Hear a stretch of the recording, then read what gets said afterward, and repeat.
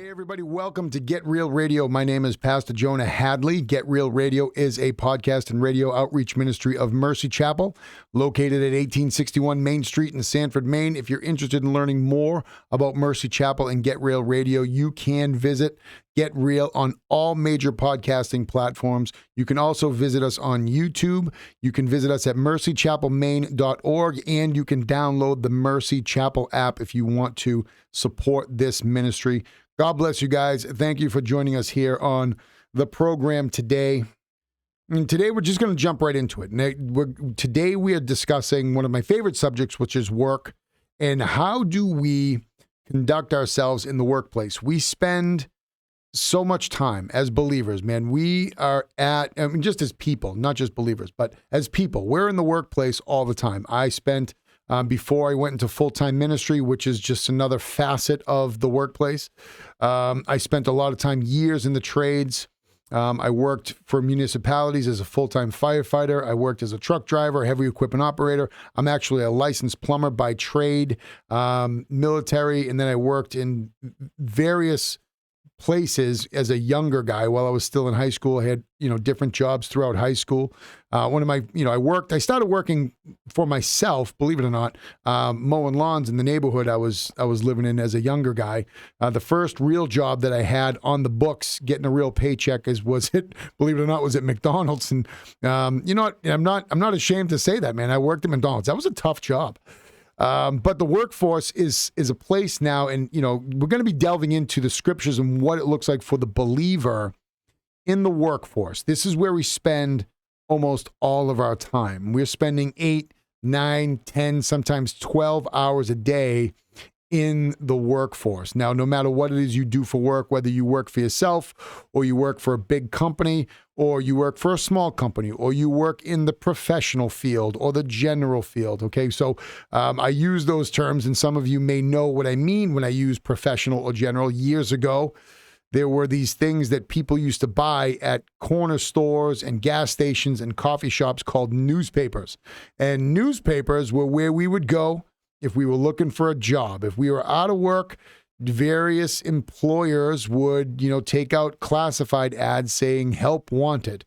And we would go and open up these newspapers and we would circle jobs that we were certified for or areas of expertise.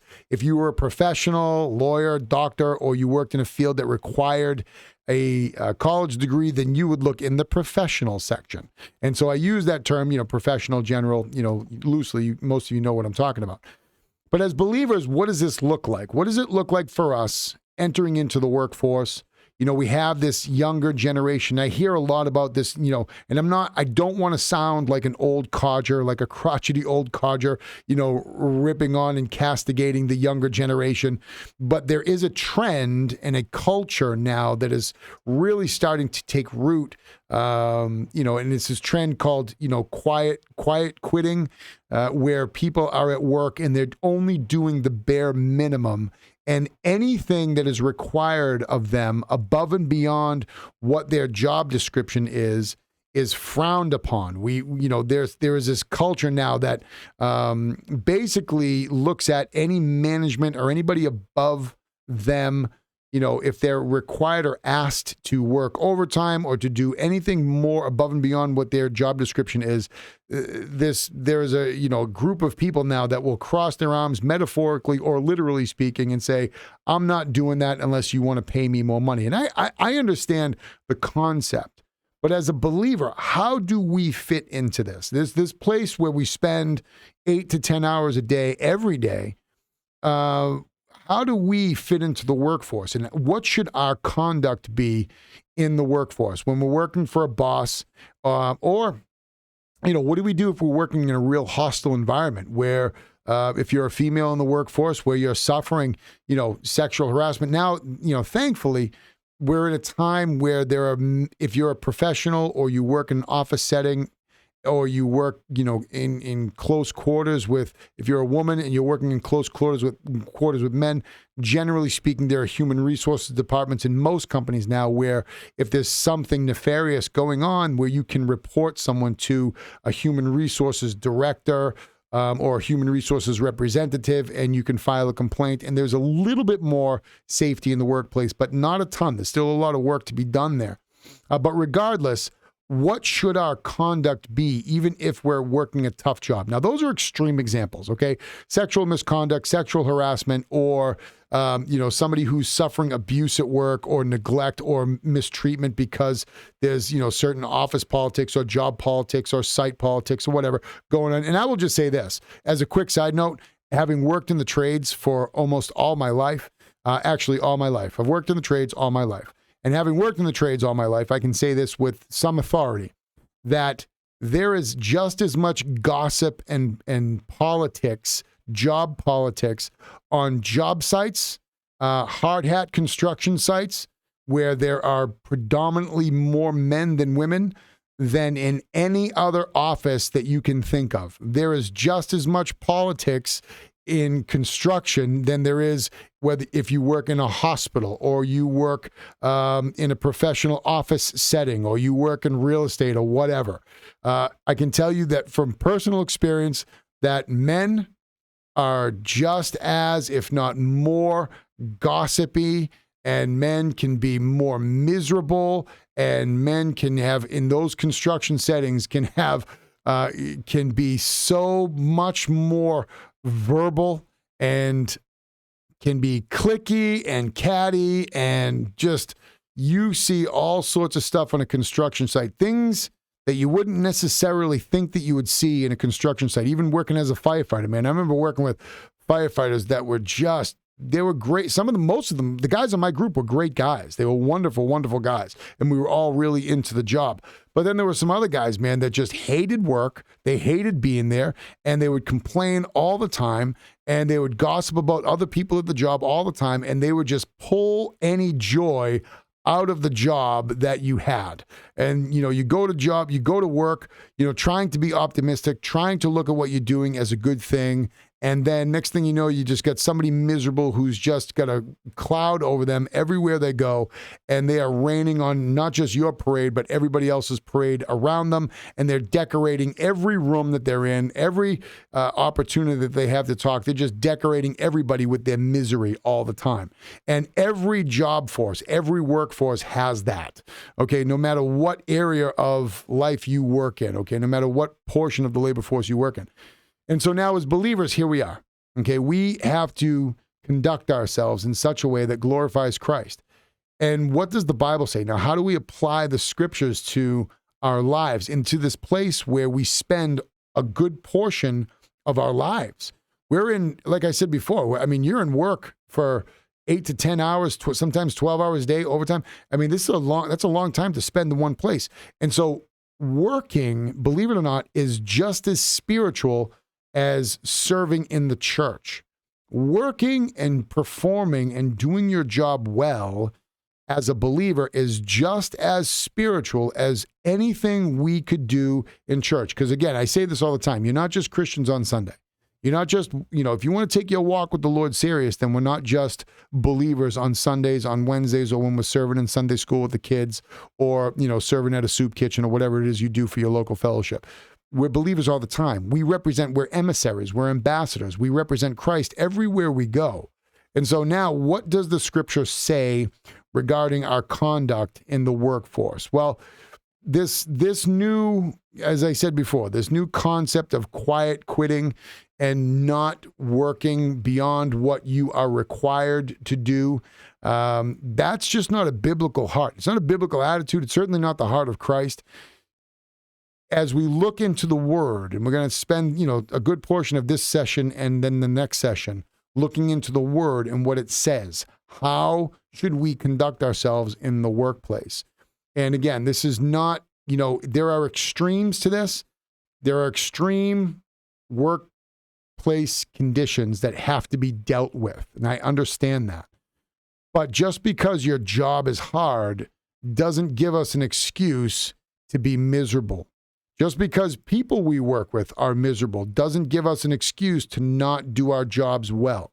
Just because our job requires us to sometimes, occasionally, go above and beyond what is required doesn't mean that we shouldn't. as believers, we can and should do that very thing. And we're going to look at a couple of scriptures that talk about that. I mean, the Lord, not relating to work, I mean, the Lord would be speaking to the children of Israel and their conduct, even with the Romans. I mean, the Jews of the time of Christ were under Roman rule. They were under the Roman thumb.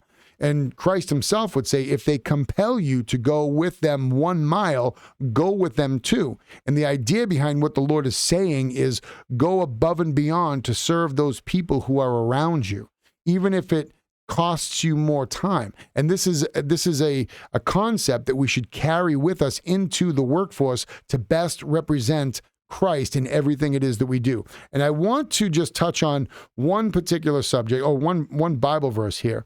In 2 Corinthians, or 1 Corinthians rather, 1 Corinthians 10 and verse 31, Paul says this, therefore, whether you eat or drink or whatever you do all to the glory of God. All right, now I'm just going to hang here for a second. Now, he's speaking, if you're taking this in context, Paul is using this verse as an encouragement to the Corinthians not to be a stumbling block to those who are around them. Don't use our liberty to stumble younger or weaker Christians around us, okay? So some people were at a little bit more liberty. They understood grace a little bit more. They were a little bit further along in their walk. It was okay for them to eat food that was offered to idols. They understood that they weren't worshiping an idol if this food was offered as a sacrifice to false gods. They didn't care. It was just cheap meat, so the Corinthians would buy the cheap meat and eat it. But if that act offended a younger believer, Paul said, don't do it.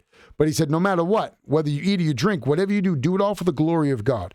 And that same concept applies to the workplace. Whatever it is that we're doing, no matter what, whether we're serving in the church or working, we should be doing everything for the glory of God. We should be doing everything for Christ. The jobs that we have and hold are a gift. It's an ability. It is a way for us to provide for our families, to put clothes on our back, fuel in our cars, keep the lights on, put food on the table. The jobs are hard, and work is designed by God to be difficult. Work is to be hard. And it's not to say, I mean, we can have jobs that are rewarding and we can do things that we enjoy, but a good portion of the time, even if you're working at something that you love, a good portion of the time, it's still hard work. It's still difficult. And you're going to work with people that you don't necessarily agree with. You're going to work with people who have conflicting personalities. And what do we do as believers? We just complain, or we fall into the little gossip circles, whether you're a guy or a girl, whatever. You fall into the little gossip circles where you start talking about your boss, complaining about the person that you're working with, talking about somebody else's work ethic, and talking about what you didn't get and they got. And then next thing you know, you are just contributing to a toxic workplace, and you're falling into the trap, the snare of the devil, where you're just being lifted up with pride and covetousness, and then you find yourself being miserable at work, rather than trying to understand biblically that when we work, we're working for the Lord, and we can do everything for the glory of God and to the glory of God. We can represent Christ, and we can thank the Lord in whatever it is that we do for work. We can thank the Lord for those jobs. We can thank the Lord for the difficulty of those jobs, because though that work is not there to punish us. God has given us those jobs to provide. And if we have abilities and we are apt and able-bodied men and women, then we should gleefully, happily go into work and say, you know what? It's not ideal. It's not exactly what I'd like to be doing, but it's what the Lord has given me now. And our conduct should exhibit and exude Christ in everything it is we do. We should be doing it for the glory of God. Next time, we're going to be delving into a couple of other scriptures to kind of help solidify and galvanize this point. But I want to encourage you with this.